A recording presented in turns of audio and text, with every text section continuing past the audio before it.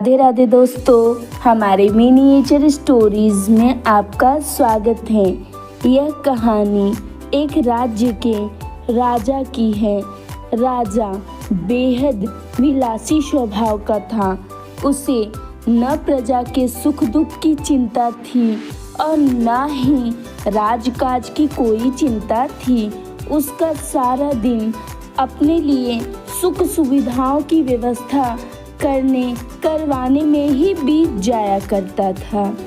एक दिन शिकार खेलने गया, लेकिन काफी देर तक उसे कोई भी शिकार नहीं मिला।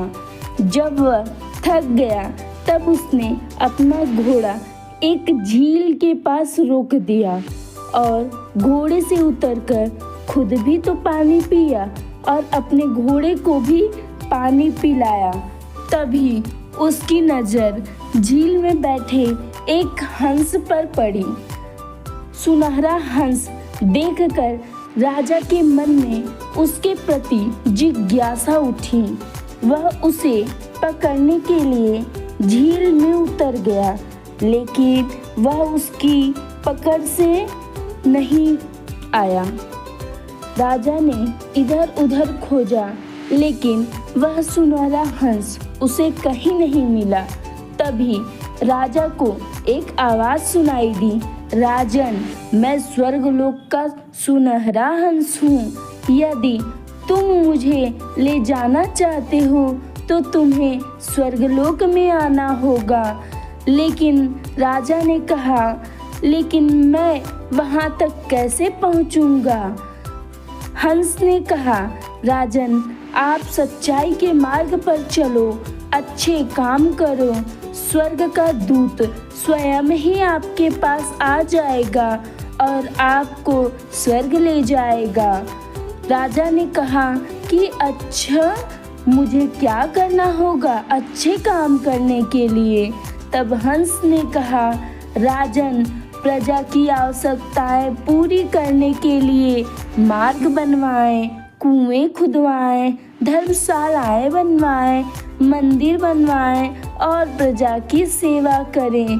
राजा महल लौट आया और अगले दिन से उसने सुनहरे हंस की कही सभी कार्यों को करना शुरू कर दिया।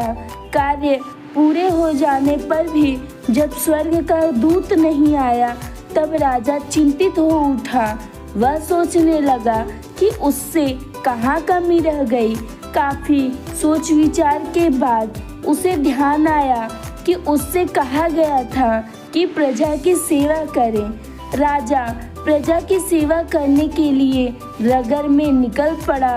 राजा ने बहुतों से पूछा, उन्हें कोई काम हो तो बताए, पर किसी ने राजा की सेवा नहीं ली।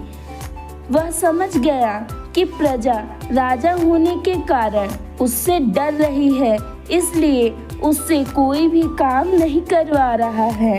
अगले दिन राजा ने साधारण भेष में एक गांव का ही आदमी बन नगर में निकल पड़ा सेवा करने के लिए। रास्ते में राजा को एक वृद्ध दिखाई दिया जो बहुत ही ज़्यादा धीरे धीरे चल रहा था। राजा उसके पास गए और बोले, बाबा जी, आपको चलने में कष्ट हो रहा है, आप मेरे कंधे पर बैठें, आपको जहाँ जाना है मैं पहुँचा देता हूँ आपको। वृद्ध नाराज होते हुए बोला, एक और सेवक आ गया। आजकल हमारे महाराज भी लोगों से पूछते फिर रहे हैं कि उन्हें कोई सेवा की जरूरत हो तो बताएं, लेकिन राजन को यही नहीं पता कि प्रजा की सच्ची सेवा प्रजा का पालन पोषण होता है। तू जा, मुझे तेरी सेवा नहीं चाहिए। वृद्ध की यह बात सुन राजा सब कुछ समझ गया। उस दिन के बाद से राजा ने अपनी प्रजा पर किसी भी प्रकार का कष्ट नहीं आने दिया, अपनी प्रजा को परेशान नहीं होने दिया, उन्हें हर संकटों से उबार लिया। हमारी कहानी सुनने के लिए धन्यवाद दोस्तों। हमारे चैनल को लाइक एंड सब्सक्राइब करें।